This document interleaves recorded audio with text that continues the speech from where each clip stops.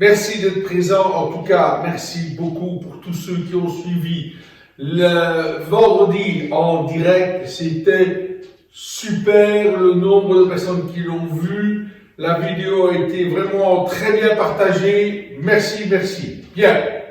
Aujourd'hui, je vais faire plaisir à tous les moins valides.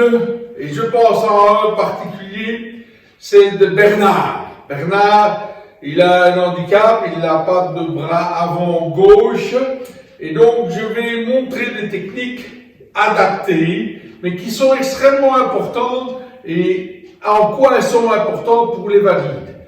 Parce que mon objectif, avant tout, c'est de faire comprendre que d'accueillir des moins valides dans un dojo et de les aider à grandir et à pratiquer un art martial, il n'y a rien de mieux au monde. En tout cas, grâce à eux, j'ai redécouvert le karaté d'une autre manière et je vous invite vraiment à faire la même chose. Contactez-moi pour le faire, je vous donnerai tous les conseils possibles et imaginables pour pouvoir adapter le karaté aux moins valides, mais aussi le transmettre aux valides. Et aujourd'hui, on va faire un petit travail autour du troisième kata Shotokan Yan Sandan. Mais avant tout, je vais vous montrer ce qu'on peut faire, parce qu'il y a quand même une logique derrière tout ça. C'est donc la pratique du Shinshokai, où on travaille avec un handicap, aussi bien pour le valide que pour le moins valide. Il faut quand même savoir que j'ai remarqué très tôt qu'un droitier a tendance à ne travailler que de sa droite. Un gaucher à ne travailler que sa gauche. Et d'avoir un vrai handicap alors que les deux membres sont bien présents. Ils ne savent pas comment parer avec la main gauche ou l'inverse quand ils sont gauchers. Et donc c'est un paradoxe. Ils ont deux mains et ils ne s'en servent pas correctement. En invalidant le valide, par exemple, un droitier ne l'oblige qu'à travailler avec la main gauche et l'inverse, évidemment, vous n'imaginez pas la plus-value que cela apporte. C'est incommensurable. Et je vais vous en donner un petit exemple. Dès maintenant, nous allons travailler quelques exercices avec une main. Retenez bien que si je fais la gauche, c'est parce que la droite pourrait être handicapée, et inversement. Si je travaille la jambe, le bras gauche, voilà. Pour un droitier, c'est un vrai handicap. Mais une fois qu'il aura compris l'importance de sa main gauche, il double la mise et il devient 2 fois plus fort. Au lieu d'être un droitier simplement sa droite avant ou sa droite arrière, il utilise sa main gauche et sa main droite. Maintenant, quand on n'a qu'une main, on est à la fois obligé de parer, de contrer avec la même main. Alors, je vais vous montrer, dans une position debout, toute simple, comment on peut faire en sorte que on va doubler sa capacité avec la main. J'ai constaté que souvent on part, on cherche et on ramène sur soi les mouvements parce qu'on a peur. J'ai constaté qu'en mettant ma main droite dans le dos, je pouvais faire plein de choses. Par exemple, au départ, je parais en allant chercher loin et je ramenais vers moi, comme ceci, comme cela, mais je devais encore faire un effort pour refrapper après. Vous allez voir, nous allons y arriver. Commençons par le début. Premièrement, je suis ici sans déplacement. On m'attaque, je peux être surpris. Il est évident que le réflexe est de lever. Eh bien, on va le faire. On va relever 1, 2, 3, 4. Et donc, c'est important de prendre conscience de cela. Je remonte, je suis en position, on m'attaque 1. Toujours en position relax, pas en garde, en position relax. 2, 3, 4. Vous voyez? On peut encore travailler. 1, 2, 3 et 4. Mais ici, il s'agit de bien prendre conscience que c'est plus facile avec une main ouverte. Je vous expliquerai dans les détails pourquoi. Déjà, maintenant, je peux vous dire qu'avec la main ouverte, j'ai une meilleure sensation. Et je la ferme seulement à l'impact. Ma main m'aide à concentrer mon énergie autrement. Reprenons. Ici, en haut, 1. D'en bas, 2, 3, 4, 5. Attention, quand on le voit de profil, le mouvement n'est pas ça. Le mouvement est en angle droit à 45 degrés. De telle sorte que si un coup arrive, il glisse. Il ne vient pas me frapper. Donc je vais chercher un angle qui permet de faire glisser le coup de telle sorte que je pourrais encore utiliser mon bras autrement. Donc, bien là, d'ici je tourne, d'ici je descends et j'ouvre. Mais j'ai constaté que c'était aussi très facile de faire ma parade avec uniquement le coude. Donc maintenant, l'exercice que nous allons faire, c'est avec le coude. 1, 2, 3, 4, 5.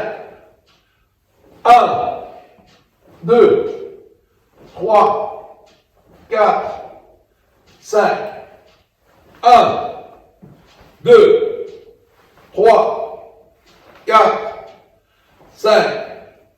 1, 2, 3, 4, 5. Changement de bras. On reprend tout bien entendu. 1, en partant d'un. 2, 3, 4, 5. 1, 2, 3, 4, 5.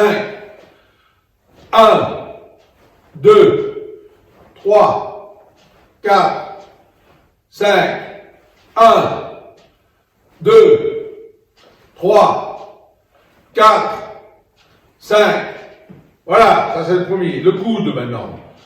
1, 2, 3, 4, 5. 1, 2, 3, 4, 5. Donc encore un. 1, 2, 3, 4, 5. Vous avez vu, là, 1, 2, 3, 4 et 5. Bien, reprenons avec la main gauche maintenant. Pourquoi faire comme ceci alors que ça paraît plus simple comme ça? Eh bien, tout simplement que quand je suis en garde, et que je suis ici, si j'ai tout en garde, c'est vrai que je peux facilement faire ça, ça et ça. Mais ça me limite. J'ai remarqué que si j'attendais un peu plus et que je parais comme ça, ma main ici, elle est libre. Vous voyez? Et donc c'est plus facile que de faire 1, 2 ou 1, 2. Il y a moins de dynamique. Je monte dans l'autre sens. Je pars vers le haut, bam, je pars en huracan. Et donc c'est ce que nous allons faire maintenant. Haut, 2, 2, 2, 3, 2, 4, 2, 5 et 2. Deuxième mouvement, je tourne et je frappe. Même mouvement, 1, 2. Vous voyez, ma parade enchaînée. 3, 4, 5. Vous avez vu, donc parade enchaînée. Et je peux faire ceci. Vous voyez, là. 1. Bien ressentir. 1, 2. 2, 2. 3, 2. 4, 2. 5, 2. Regardez. Mon coup arrive, le coup arrive. 1. Avec le coude. Là. 2. 2, 2. 3, 2. 4, 2. 5, 2. Vous voyez? Ici, je vais le faire, donc je l'ai fait vers l'intérieur. Vers l'extérieur, c'est la même chose. 1, je bloque. 1, j'ai un coude qui vient ou un coup qui vient. Mawashi Tsuki par exemple. Boum! Le bras, il vient se fracasser là-dessus. Et j'ai l'avantage de pouvoir repartir. Donc retenez. 1, 2. 2, 2. 3, 2. 4, 2. 5, 2. Vous voyez? Soit en Teisho, soit en Tsuki. Bien. Quatrième, vers le bas. je plante mon coude ici, soit dans un coup de poing, soit dans un coup de pied. L'avantage, c'est que de là, boum, facile. Donc je suis ici, 1, 2, 2, 2. En partant d'en bas, 1, 2, 1, 2, 1, 4, 1, 5. Bloc de main. Même principe. Lever, frapper. 1, 2, 2, 3, 4 en avançant. 5 en avançant. Deuxième mouvement vers l'intérieur. En ouraken. Bam, bam. 3, 4, 5. Maintenant vers le bas. Là, 1 et 2. 2, 2. 3, 2. 4, 2. 5, 2. Vous avez vu? Je vais l'utiliser. Une main, parer et contrer. C'est très, très, très intéressant à savoir. Donc tout se fait avec une main. Les parades, les attaques et ainsi de suite. Maintenant, je vais vous proposer de travailler. Je vais vous montrer gentiment, relax, le troisième kata en Shotokan.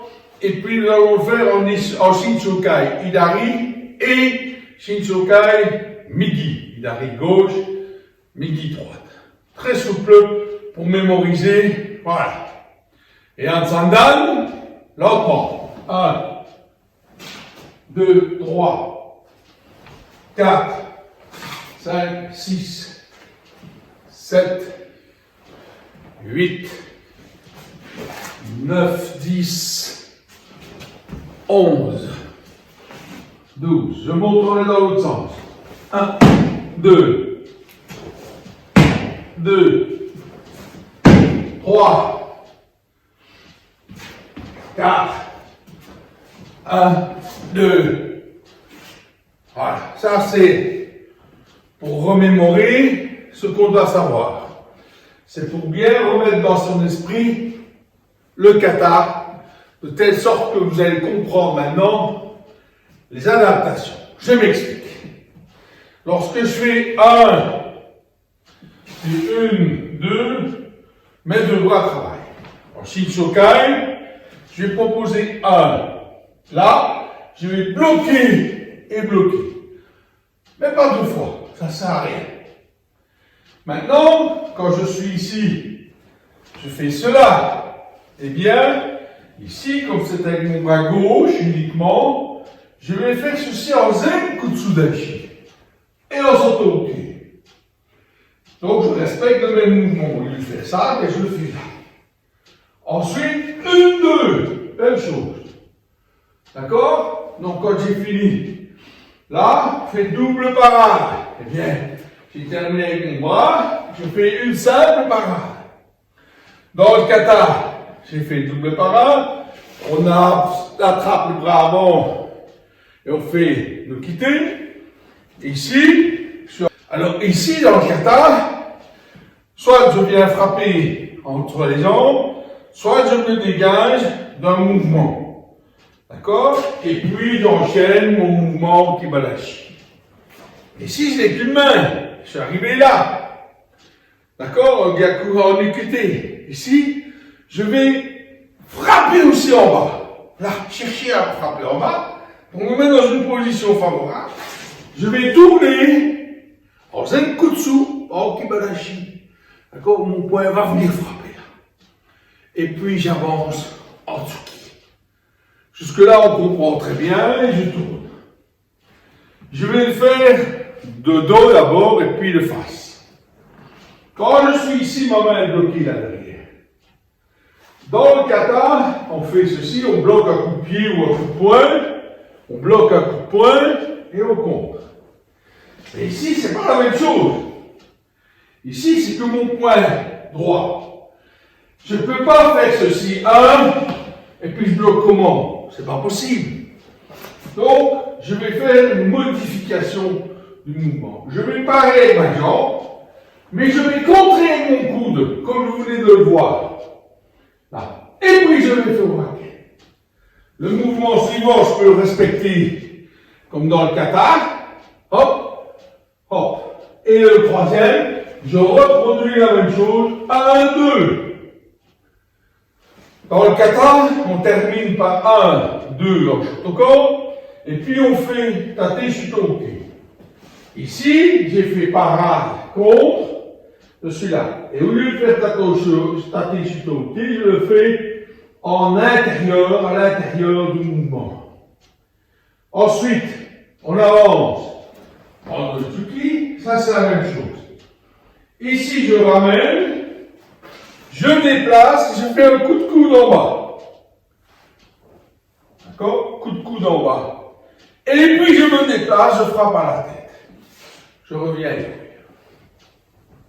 Il manque des mouvements, certes. Mais l'important, c'est de s'adapter. Quand nous, valides, nous le pratiquons, ça perturbe complètement notre perception du kata. Mais ça nous rend très fort. Parce que ce qui compte dans le kata, que ce soit pour le valide ou pour le moins valide, c'est pas tellement ce qu'on exécute, c'est aussi ce que l'adversaire fait. Comment y répondre? Et l'important, c'est d'y répondre le plus proche possible de la réalité. Je remonte le mouvement. Je suis ici en face, donc au bout de la course. Voilà, ici, avec mon bras gauche. Je balaye la jambe, je descends en zenkutsu, je frappe avec mon coude. Et puis le raquet. Je ramène là. Donc au moins, quand j'ai fait ça, 1, 2, et je ramène ici. D'accord? Donc retenez bien le principe. Je suis ici. 1, 2, et je ramène là. Mouvement suivant. Même chose, en Kibadashi, là j'ai pas de problème. 1, 2. Je retrouve à nouveau le problème. 1, 2, et je ramène là. Là, Otsuki, je ramène ma jambe, je pars sur la gauche 1, et puis sur la droite 2. Et voilà.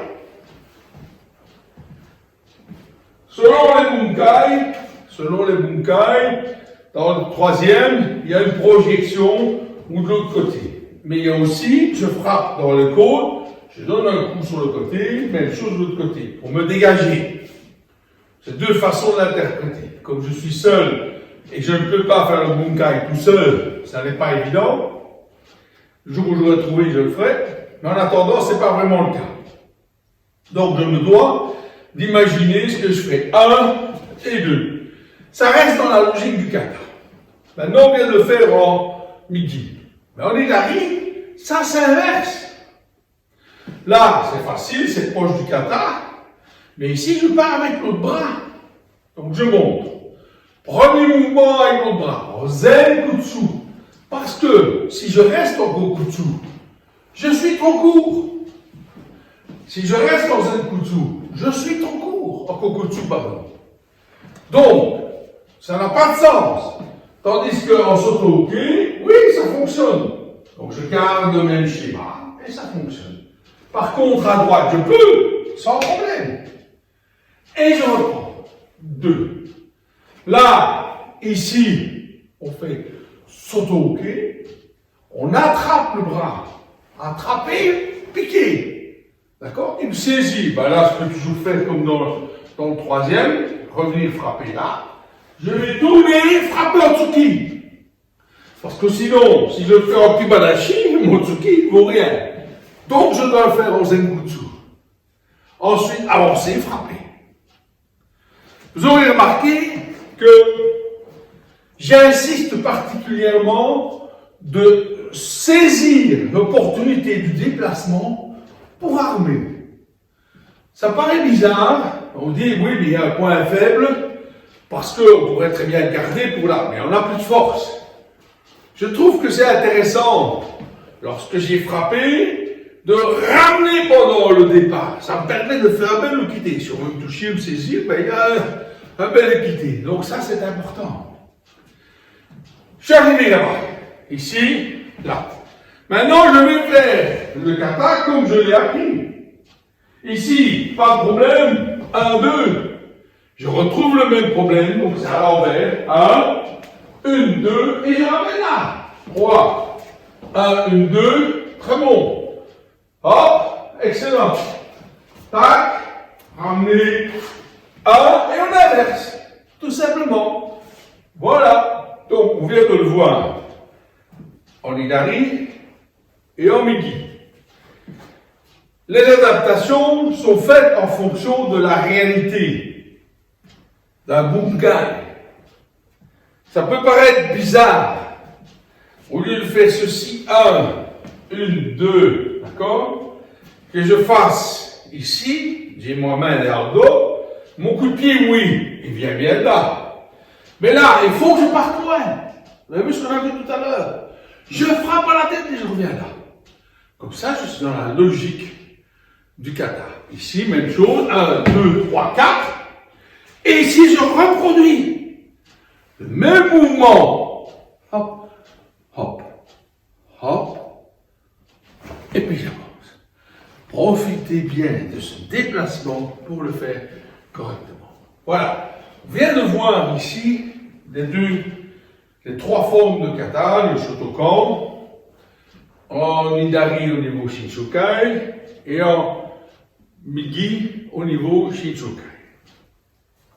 Ça, c'est pour un moins valide ayant un bras en moins ou ayant l'autre bras en moins. Au niveau des jambes, là, ça devient un peu plus complexe. Là, je reprendrai le premier kata et je vous le montrerai quand on n'a pas de bras. C'est ce que je vais faire maintenant.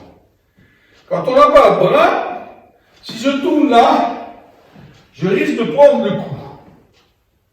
Dans le premier kata, vous vous souvenez, qui est dans le marai, Tsuki, tac, tac, tac. Donc ici, j'ai pas de main. C'est un coup de pied qui vient ici. Alors, je vais utiliser Ura Mikatsu Kigiri. Et j'ai paré aussi bien la jambe que le poing. Et évidemment, j'enchaîne en Maigiri.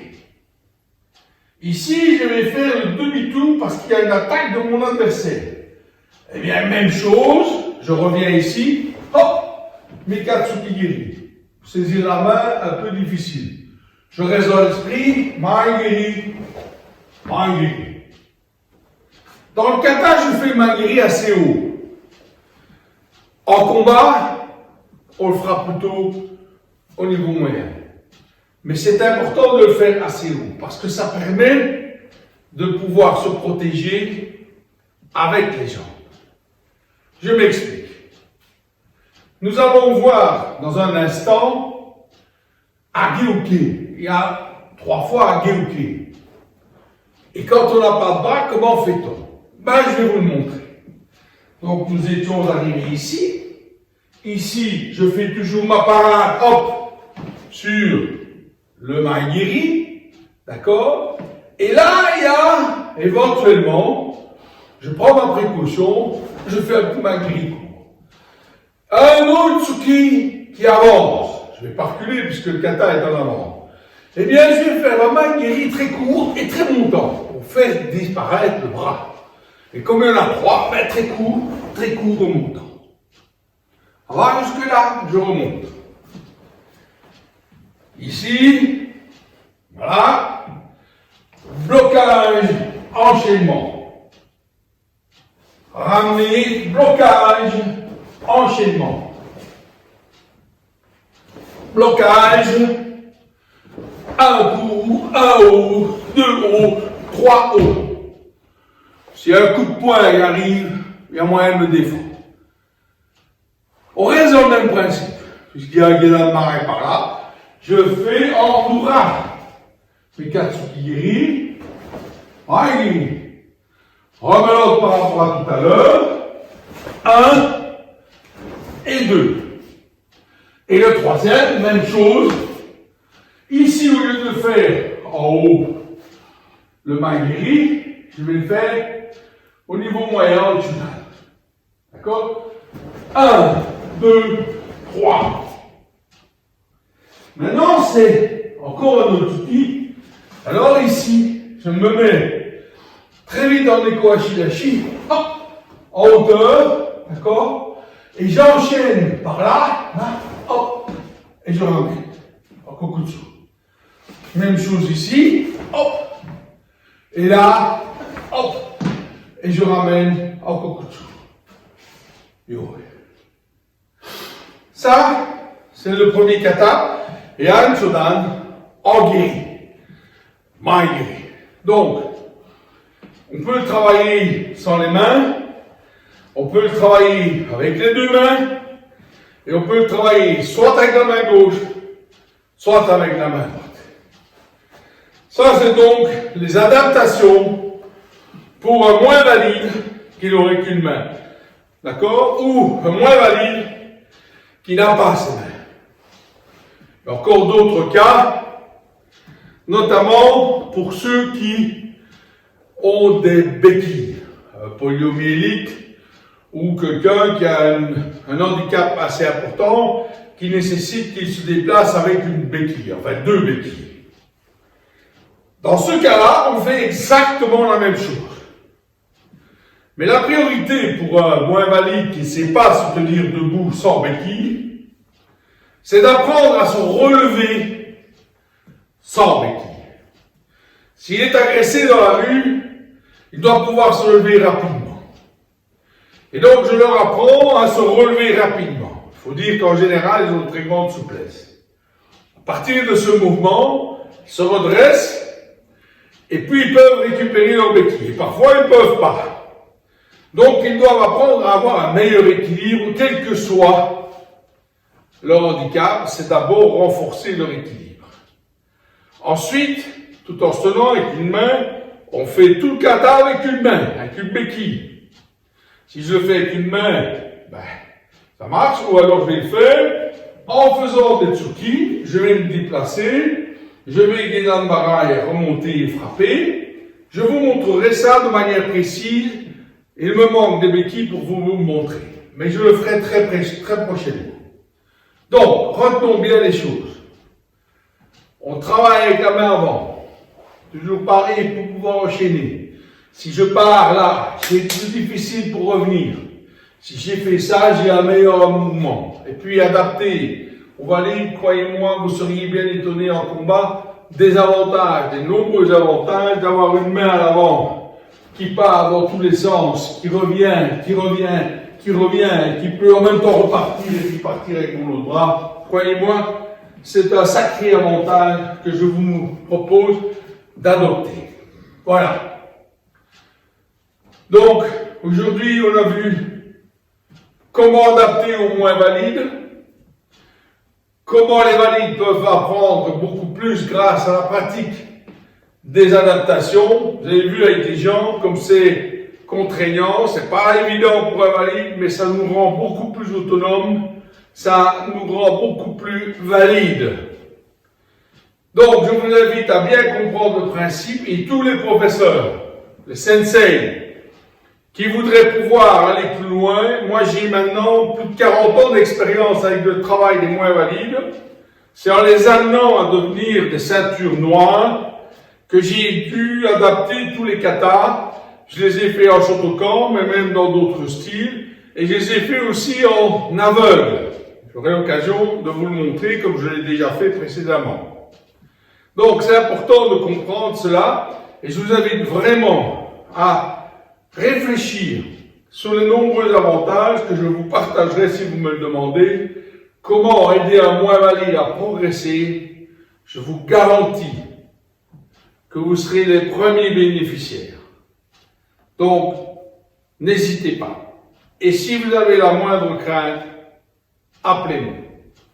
Moi, j'ai mis ça au point avec des kinés, des chirurgiens orthopédistes qui m'ont beaucoup aidé à comprendre, des rhumatologues qui m'ont aidé à comprendre plus l'anatomie que j'ai fait dans mes études, à comprendre des mécanismes, à comprendre des limites et à savoir comment revalider un moins valide, mais aussi un valide, le rendre encore plus fort grâce à la loi de la force par l'handicap. Je vous remercie de m'avoir écouté.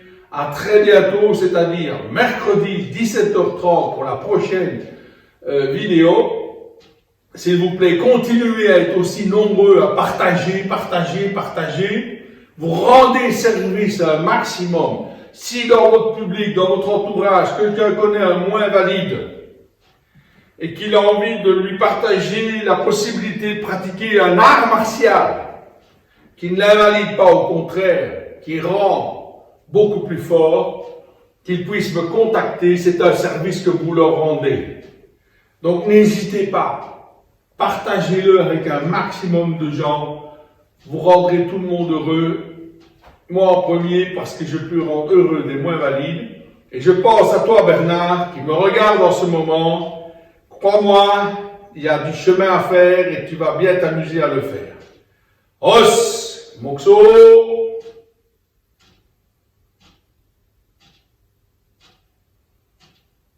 Moxo Yami. Sensei Lei, Os. Otagai ni Lei. Domo arigatou gozaimasu. Merci.